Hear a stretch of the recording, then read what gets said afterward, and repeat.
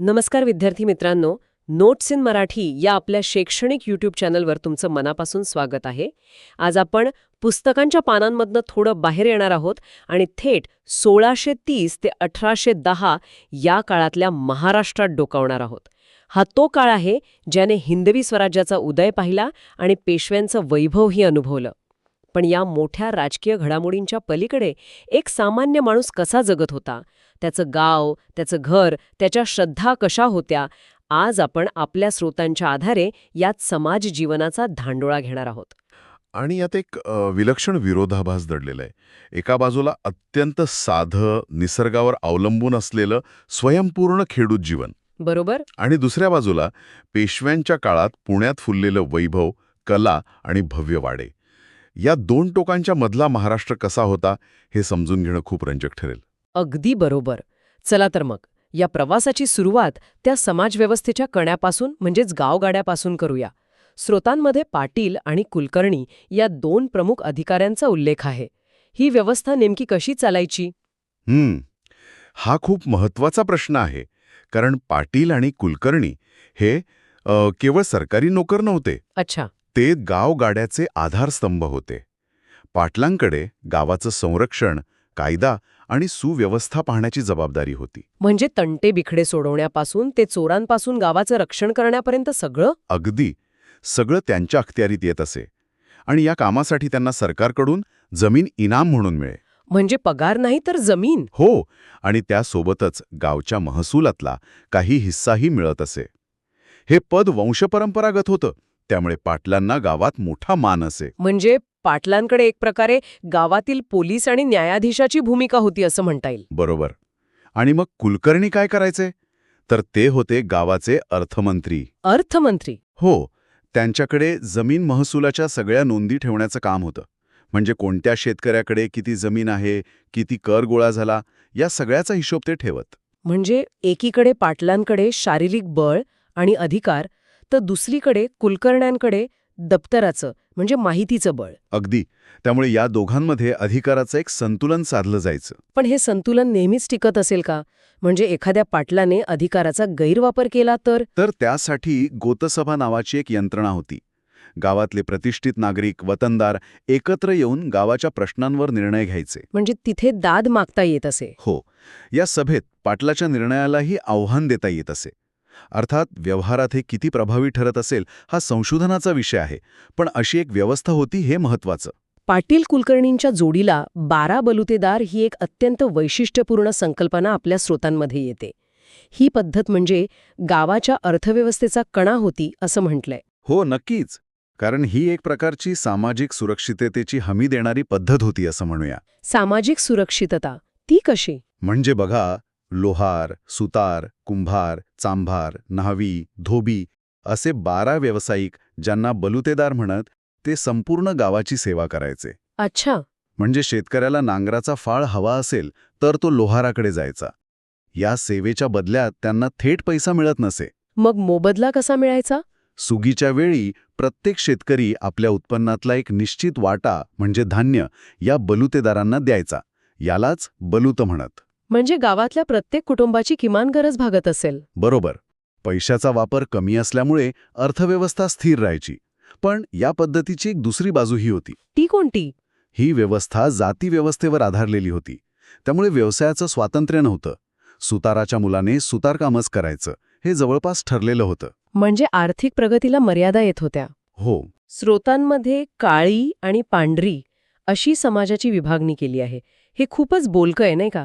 याचा अर्थ काळ्या मातीत राबणारे शेतकरी आणि इतर पांढरं पेशे व्यावसायिक असा आहे का? अगदी. काळी म्हणजे शेतकरी, ज्यांना कुणबी म्हटलं जायचं. ते समाजाचा बहुसंख्य आणि उत्पादक वर्ग होते. तर पांढरीमध्ये कुलकर्णी, देशमुख, देशपांडे, व्यापारी असे लोक येत. आणि ह्या दोन गटांमध्ये सामाजिक दरी होती का? निश्चितच होती. शिक्षण, अधिकार आणि संपत्ती पांढरीतल्या लोकांच्या हाती जास्त होती. त्यामुळे समाजात एक स्पष्ट स्तरीकरण होतं. रोटीबेटी व्यवहार शक्यतो आपापल्या गटातच होत असत. ही सगळी रचना एका स्वयंपूर्ण खेड्याच्या संकल्पनेवर उभी होती आणि स्रोतांनुसार या खेड्यांना बाहेरून फक्त मीठ आणावं लागायचं. ही गोष्ट ऐकायला खूप साधी वाटते. पण तशी ती नाहीये. बरोबर. याचा अर्थ मिठाचा व्यापार आणि त्यावर नियंत्रण ठेवण्याला त्या काळात प्रचंड सामरिक आणि आर्थिक महत्त्व असणार. अगदी बरोबर. मीठ ही जीवनावश्यक वस्तू होती. कोकण किनारपट्टीवर मिठागरे होती आणि तिथून घाटमाथ्यावर मीठ आणलं जायचं. या वाहतुकीच्या मार्गांवर जकात म्हणजे कर आकारला जात असे. अच्छा, म्हणजे राज्याच्या उत्पन्नाचं एक महत्त्वाचं साधन? हो, ज्याचं मिठाच्या व्यापारावर नियंत्रण त्याला आर्थिक आणि राजकीय फायदा मिळत असे. त्यामुळे फक्त मीठ ही गोष्ट वाटते तितकी साधी नव्हती. आता या आर्थिक आणि सामाजिक पार्श्वभूमीवर आपण त्या सामान्य माणसाच्या घरात डोकावूया. एका बाजूला हा शेतकरी, ज्याचं जेवण म्हणजे भाकरी, कांदा आणि चटणी, हो, तर दुसऱ्या बाजूला शहरात राहणारे सरदार आणि पेशवे. यांच्यात तर जमीन अस्मानाचा फरक असणार. खूप मोठा फरक होता. खेड्यातली घरं साधी, माती विटांची, धाब्याच्या छपराची, घरात गरजेपुरत्या वस्तू. शेतकऱ्याचं जेवण साधं पण सकस असायचं. मुख्य धान्य, ज्वारी, बाजरी. हो, ज्वारी, बाजरी, त्याला जोड म्हणून भाजीपाला, कडधान्य. आजच्या भाषेत सांगायचं तर रोजची भाकरी हीच स्टेपल डाएट होती. गव्हाची पोळी ही एक प्रकारे लक्झरी होती. सणासुदीला किंवा पाहुणे आल्यावर. अगदी. आणि याच्या अगदी विरुद्ध चित्र शहरांमध्ये दिसायचं, विशेषतः पुण्यात. तिथल्या वाड्यांचं वर्णन तर भव्य आहे. हो ना. वाडा हे फक्त राहण्याचं घर नव्हतं, तर ते सत्ता, संपत्ती आणि प्रतिष्ठेचं प्रतीक होतं. पुण्यातला शनिवार वाडा घ्या. किंवा नाशिकचा सरकार वाडा. बरोबर. हे वाडे एक मजली किंवा दुमजली असत. आतमध्ये मोठे चौक, देवघर, सोपे, दिवाणखाणे अशी भव्य रचना असे. बांधकामासाठी सागवानी लाकूड, घडीव दगड आणि उत्तम चुना वापरला जायचा.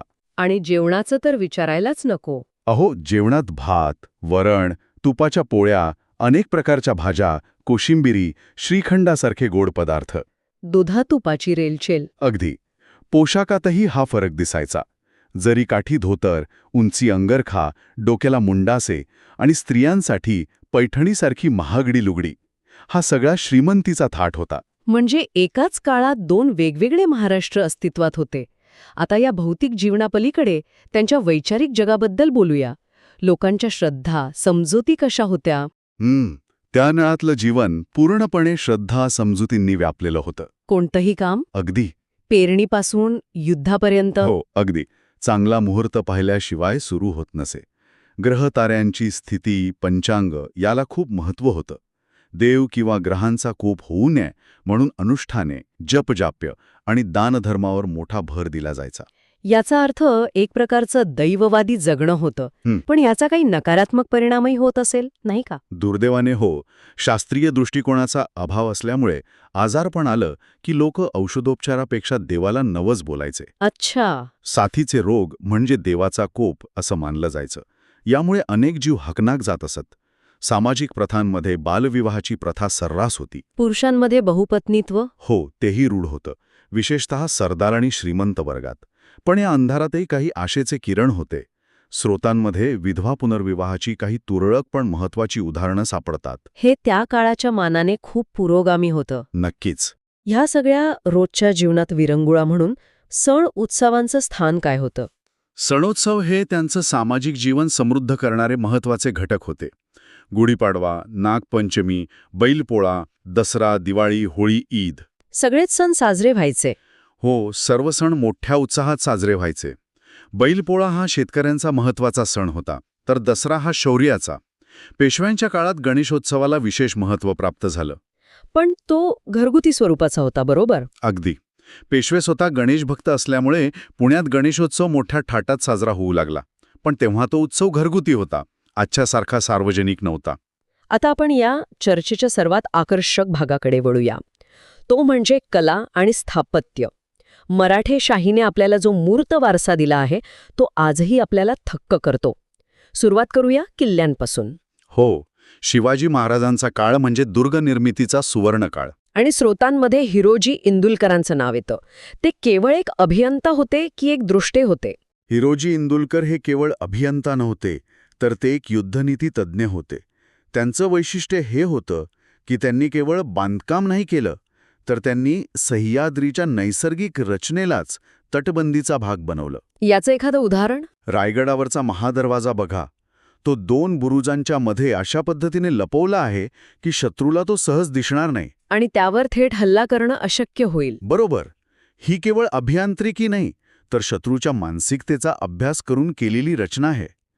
त्यांनी जलदुर्गांची म्हणजे समुद्रातील किल्ल्यांची उभारणी केली. सिंधुदुर्ग सारखे? हो, हे किल्ले आरमारासाठी अत्यंत महत्वाचे होते. म्हणजे शिवाजी महाराजांच्या काळात स्थापत्याचा मुख्य उद्देश लष्करी आणि सामरिक होता. पेशवे काळात हा भर कसा बदलला? पेशवे काळात स्थैर्य आल्यामुळे लष्करी स्थापत्याऐवजी नागरी स्थापत्यावर भर दिला गेला. भव्य आणि कलात्मक वाडे हे पेशवाईचं वैशिष्ट्य ठरलं. जसं आपण आधी उल्लेख केलेला शनिवारवाडा. हो, ते त्याचं सर्वोत्तम उदाहरण आहे. त्यातले दिल्ली दरवाजा, हजारी कारंजे, आरसे महाल हे पेशव्यांच्या वैभवाची आणि कलात्मक दृष्टीची साक्ष देतात. सरकारवाडा ही एक महत्वाची संकल्पना याच काळात आली. म्हणजे आजच्या भाषेत जिल्हाधिकारी कार्यालयासारखं प्रशासकीय केंद्र? एक प्रकारे, हो. आणि मंदिरांच्या बाबतीत स्रोतांमध्ये हेमाडपंथी शैलीचा उल्लेख आहे. ही शैली नेमकी काय आहे? हेमाडपंथी ही यादव काळात विकसित झालेली एक खास स्थापत्य शैली आहे.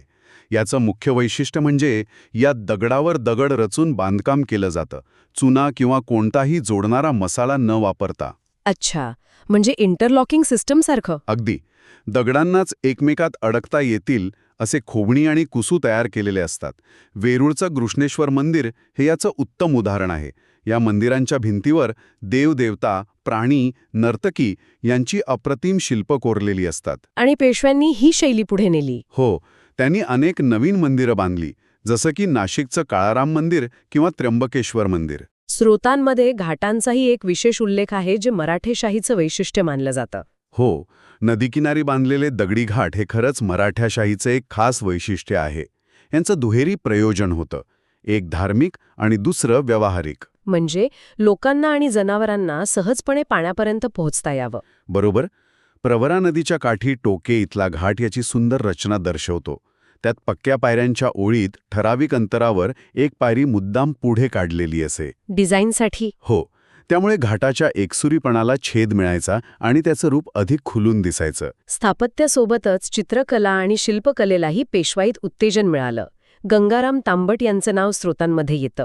हो, सवाई माधवराव पेशव्यांच्या काळात गंगाराम तांबट हे एक प्रख्यात चित्रकार होऊन गेले.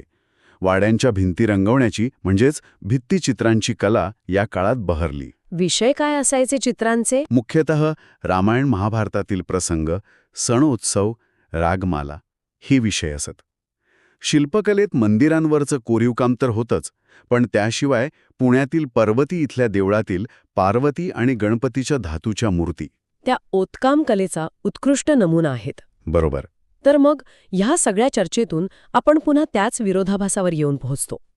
एका बाजूला परंपरा आणि दैववादात अडकलेलं साधं खेडूत जीवन, आणि दुसऱ्या बाजूला कलेला आणि भव्यतेला प्रोत्साहन देणारं शहरी जीवन. अगदी खरंय.